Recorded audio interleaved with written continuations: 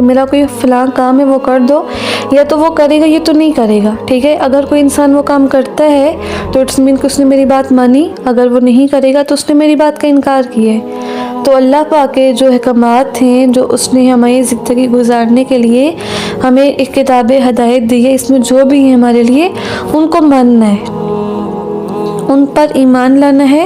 زبان سے اقرار کرنا ہے، دل میں تصدیق کرنی ہے، اور عمل سے ان کی گواہی دینی ہے۔ ہمارے عمل بتا رہے ہوں۔ انسان کی فطرت میں اللہ پاک نے حق اور باطل کی پہچان رکھی، ہماری نیچر ایسی ہے۔ ایک چھوٹا سا بچہ ہو اس کو بھی پتہ ہوتا ہے کیا ٹھیک چیز، غلط راستہ، ٹھیک راستہ، یعنی ہماری فطرت کے بیچ میں اللہ پاک نے صحیح غلط کی پہچان رکھی ہوئی ہے، ٹھیک ہے۔ فَأَلْهَمَهَا فُجُورَهَا وَتَقْوَاهَا،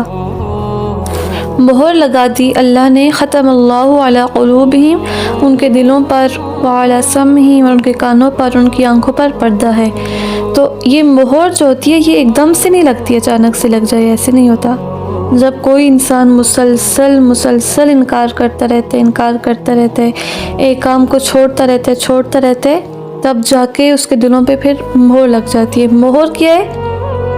سی دینا، جیسے کسی چیز کو سی دیا جائے تو اب نہ تو اس کے اندر کچھ جا سکے گا، نہ ہی کچھ باہر آ سکے گا، یا سٹیمپ لگ جانا کہ اب مزید نہ کچھ بڑھ سکتا ہے نہ ہی گھٹ سکتا ہے، ٹھیک ہے۔ تو یہ مسلسل انکار کی وجہ سے لگتی ہے کہ اب ہم نے دیکھنا ہے نا، اپنے دل کو، آنکھوں کو، اپنے کانوں کو ہر اس چیز سے بچانا ہے جو ان پر مہر لگا دے۔ دل پہ مہر لگنا کیا ہے کہ غور و فکر، نصیحت، تدبر، یہ کیفیت انسان سے چلی جاتی ہے، اس کو حق بات سمجھ نہیں آتی، پسند نہیں ہوتی، دل قبول نہیں کرتا حق بات، ٹھیک بات، دل نہیں لگتا۔ کتنی ایسے لوگ ہیں کہ جن کو کتنے ہی عرصہ ہو چکے وہ قرآن کو ہاتھ نہیں لگا سکتے، وہ اس کو کھول کے سمجھ نہیں سکتے، پڑھ نہیں سکتے۔ کیا وجہ ہے آخر؟ دل نہیں لگتا، ہمارے دل بند ہوئے ہیں۔ تو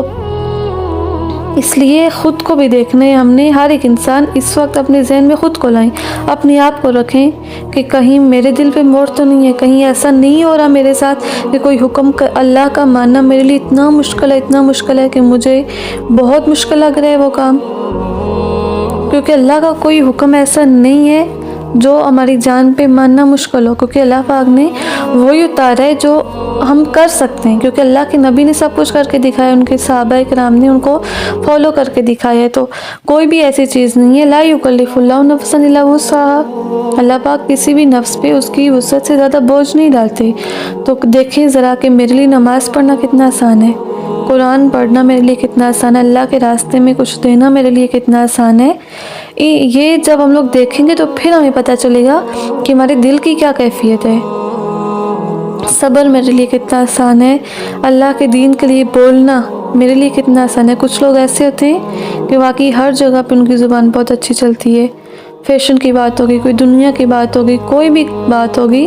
زبانیں چلتی ہیں، لیکن جہاں پہ اللہ کے دین کی بات ہوگی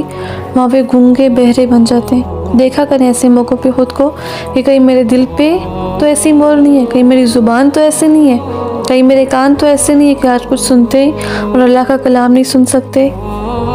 میری آنکھیں تو کہیں ایسی نہیں ہیں کہ وہ اللہ کی بات، اللہ کا کلام نہیں دیکھ سکتی۔ تو ان چیزوں پہ اپنے آپ کو چیک کرنا ہے، کیونکہ یہ آیات ہمیں ایک آئینہ دکھا رہی ہیں، ہمیں اپنے اندر دکھا رہی ہیں، ہمیں کہ ہمیں پتہ چل رہا ہے کہ ہم کس جگہ پہ کھڑے ہیں۔ یہ دنیا نا ایک نشہ رکھتی ہے اپنے اندر، ایک اٹریکشن ہے اس کے بیچ میں، ایڈکٹیڈ ہو جاتا ہے انسان اس کا۔ دنیا کی محبت ایسی ہے نا کہ کوئی ایک گھونٹ پیے تو دوسرا پینے کو دل کرے گا، دوسرا پیے گا تو پھر 4 پینے کو دل کرے گا، یعنی کہ پھر گناہوں پہ گناہ کرنا انسان کے لیے آسان ہو جاتا ہے۔ تو اس دنیا کے نشے میں خود کو بچا کے رکھنا اسے، اور کیا چیز انسان کو بچا سکتی ہے سوائے اللہ کے کلام کے؟ ہمارے پاس کوئی پناہ نہیں ہے، ایک اللہ کی ذات ہے، اس کی پناہ گاہ ہے، اس کا کلام ہے، اس کے نبی کی زندگی ہے، سیرت ہے۔ یہ چیزیں اگر ان کو ہم لوگ اپنے ساتھ لے کے چلیں گے تو ہمارا سفر آسان گزرے گا۔ آپ دنیا میں چل رہے ہیں، آپ جس فیلڈ میں ہیں، آپ جو بھی کام کر رہے ہیں، آپ کے جو بھی خواب ہیں، لیکن اگر آپ کے ساتھ قرآن نہیں ہے ساتھی، اگر اللہ آپ کا ساتھی نہیں ہے، اگر نبی پاک صلی اللہ علیہ وسلم کی زندگی، ان کی تعلیمات، ان کے احکامات آپ سے ساتھ لے کے نہیں چل رہے، تو آپ اپنی منزل تک کامیابی سے نہیں پہنچ سکیں گے۔ تو کریں جو بھی آپ کا دل کرتا ہے، جائز حلال طریقے سے جو اللہ نے کہا ہے وہ کریں، لیکن ساتھ اپنی زندگیوں میں قرآن کو رکھیں، کیونکہ اگر آج دیکھا جائے ہمارے گھروں میں دکھ، پریشانیاں، بیماریاں، اگر ان کی دکھوں کی، ان پریشانیوں، بیماریوں کی سمجھ آ جائے لوگوں کو، تو وہ ایڑیوں کے بل رینگتے ہوئے آئیں اور اللہ کی کتاب کے لیے بیٹھ جائیں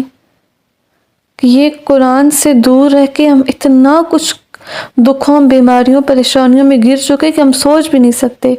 کہ ہماری ان ساری چیزوں کی وجہ یہی ہے کہ ہم اللہ کے کلام سے دور ہیں، کیونکہ کلام اللہ ایک شفا ہے، یہ دلوں کی شفا ہے۔ جب دل سکون میں ہوتا ہے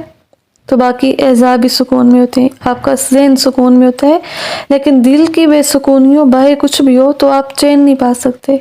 تو اندر کا سکون یہ قرآن ہمیں بخشتا ہے۔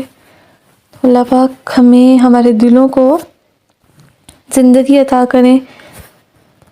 اور اپنے کلام سے ہمارے دلوں کو منور کرے، آمین۔